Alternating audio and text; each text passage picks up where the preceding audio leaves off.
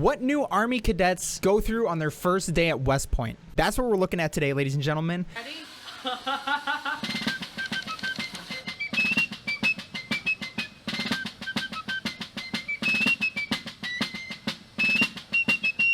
Oh, man.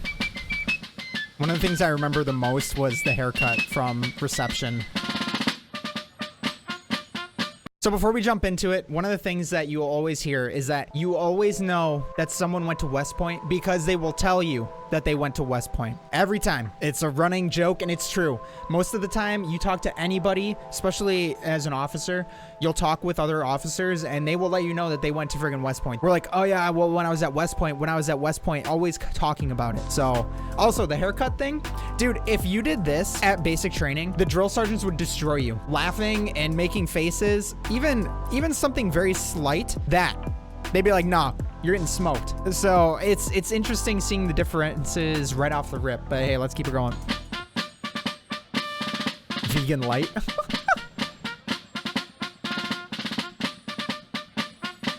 What you do is pretend you don't know what West Point is. On a scorching Monday in July, over 1,200 cadet candidates arrived at the U.S. Military Academy for Reception Day. Also known as R Day, it marks the beginning of their time at West Point. All day long, the new cadets will do a transformation from their civilian status, and at the end of the day, take their oath to serve our nation in the Army. Why did you decide to come to West Point? Both my brothers went here, and it's a great school, and I He's got a crazy flow. So there's no better school to do that. All of my uncles, they served in the Army, and they're telling me that all about the school, how great, and all the leaders that came from it, so I just want to follow in their footsteps. So he has family that never stopped talking about West Point, so it just fed him right going to West Point. I'm kidding. By the way, ladies and gentlemen, don't take this the wrong way, okay? Everybody likes to beat up on each other within the service branches and even within the officer corps. We always give each other shit about stuff. ROTC, OCS, and West Point. West Point just likes, they get shit on quite a bit. And you ask any enlisted person, they are going to talk the same thing about West Point officers as well, okay? I'm just saying.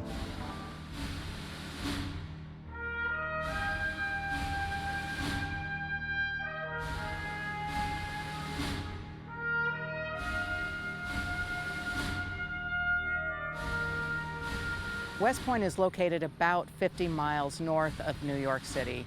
It's in the Hudson Highlands. It's called West Point because it's located on the western point of the Hudson River where it bends. George Washington recognized this as a strategic point of interest because the British had to tack as they came through the Hudson River. It's the longest continuously garrisoned military installation in the United States. It's pretty cool, though. A lot of history. Ladies and gentlemen, I welcome you to the United States Military Academy at West Point. After a short orientation, the cadet candidates have 60 seconds to say goodbye to their families.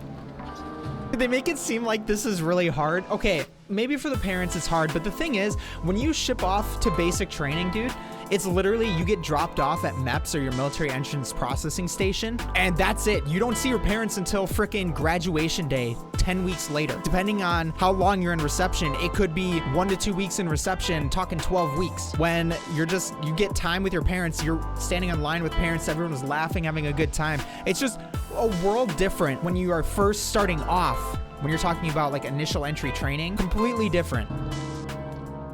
60-second goodbye, oh man. So creative. This is West Point. The next 6 weeks, contact with family members, if any, is extremely limited. Once they leave Eisenhower Hall, the cadet candidates are now called New Cadets. New Cadets! Move! Let's go! Up to the tape! You'll move along the wall, am I understood? Yes, sir. One thing you all need to understand as well is that all of the West Point cadets, the new cadets, the brand new right off the street, are being instructed by upperclassmen. So these are juniors and seniors in the white shirts that you're going to see. Upperclassmen within it that are acting as if they're drill sergeants. So keep that in mind. Speaker special, look straight forward.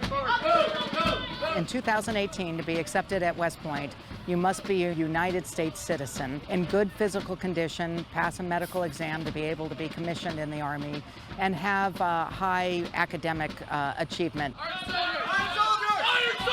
Tuition at West Point is free, but the cadets commit to years of service after graduation.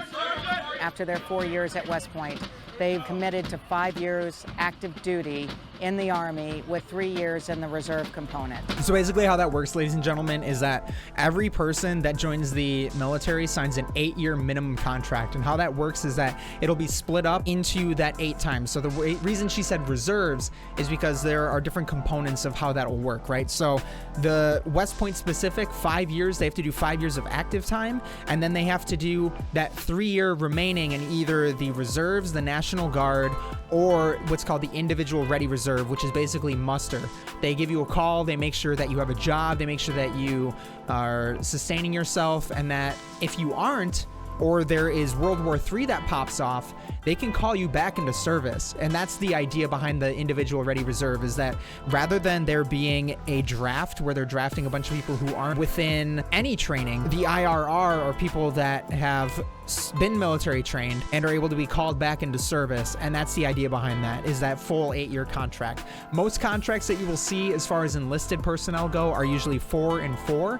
When I signed my contract, I believe it was actually 3.5 years active because of the OCS version of it, because after you commission as a commissioned officer, technically speaking, you have to submit a paperwork in order to get out. There's no end of your contract. So if I wanted to get out without being either like medically separated or retired or doing something stupid and getting kicked out, there is something that is called REFRAD, release from active duty. And it's a packet you have to fill out in order for them to say, yep, we will release you from active duty and you can get out. And then you will either serve the rest of your time in the reserves or the IRR. You have to serve that full active duty time in order for that to happen. But here's the thing, they can deny you and say, sorry, we actually need your rank for this certain job to continue within your career path. Sorry, keep doing it.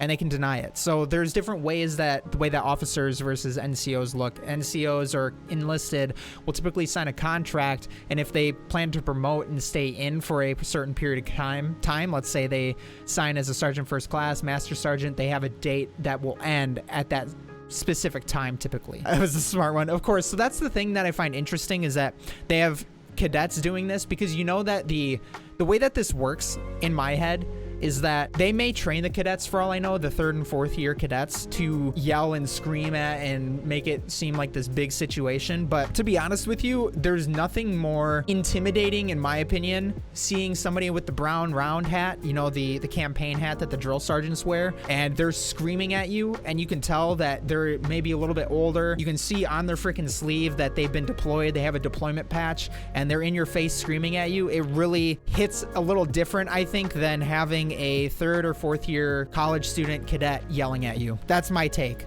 All right, you guys get there. The new cadets are issued physical training, or PT uniforms, You cadet, you better close this gap. along with a bag that holds everything they're allowed to carry for the next 6 weeks. Their next stop, the barber Dude's shop. just ready for lacrosse at all times.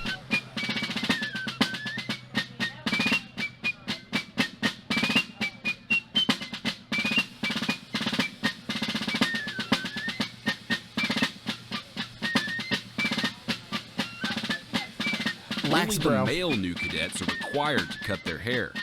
The female new cadets get to keep their locks. Hi, how are you? Thinking about West Point? General Milley. Maybe. Brother and sister here? It's pretty exciting. West Point started admitting women in 1976. Today, more than 20% of the cadets are female. Over 24% of the class of 2022 are women. Close that gap, new cadet. Close that gap. So we've seen a huge surge, not only in the interest in women applicants, but also the retention of women cadets. The new cadets are assigned to companies, where they learn the basics of taking orders You wait for all commands. Do not do things on your own initiative. and marching in formation. Right, new cadet. We have upperclassmen from the junior and senior classes that are here leading the new cadets. Let's go! Do you want your boots or not? They better be in the bag. So this is a leadership laboratory, not only for our new cadets, but also for our upper class as they work on their leadership skills. Okay, here's the thing. I don't understand how that is an argument for leadership skills with them screaming at new cadets. I don't get how that works on leadership skills. If anyone can tell me how yelling at a new cadet helps with leadership, someone please let me know in the chat, because that just makes zero sense to me. The way that it seems to me is that it's a way for these 3rd and 4th year students to get back, yell at people the way that they were yelled at their first year, if that makes sense. It's interesting how quick they go about doing all of this stuff, but you need to imagine this is all going on over the course of, they probably got there early in the morning, and this is all the way through the late afternoon that this is all going on. So everything the new cadets learn on our day culminates in the oath ceremony. They're all wearing dress shoes. See that? Family members gather for one last look at the class of 2022 before basic training begins. Now, contrary to what they're saying, they do not go to basic training. It is a different basic training. It is all held at West Point for the most part. New cadets, raise your right hand and repeat after me.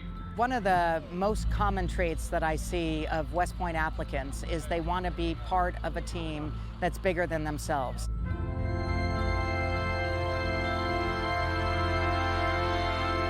Those who complete the rigorous 6 weeks of basic training will be formally accepted into the Corps of Cadets.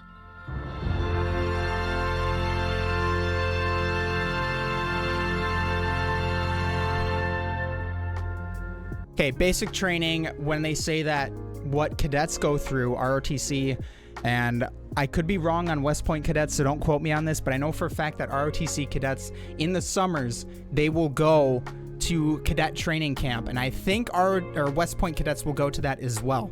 And I think it's held at Fort Knox, Kentucky, where they will do all of their training. Basically, how it works is that they're doing things that you would do at basic training, but it's only for, I think, like 3 weeks. I think it's only about a month long of training, usually. And during those months as well, the summer, that's when cadets are able to get opportunities to go to like airborne school, air assault school, things like that. So sometimes if you are ever in the military and you didn't know this, or you went to future schooling opportunities, you will see people with cadet rank on, and they'll have their ROTC patch or their West Point patch because they had the opportunity to go to airborne, air assault, a lot of different schools. I saw a friggin' second lieutenant that was from West Point that had a diver badge. I think it would be interesting if they put drill sergeants in there. What would happen? You know, how would they react? How would the West Point cadets act? Would it be much bigger of an oh shit factor? You know, the pucker factor is pretty thick.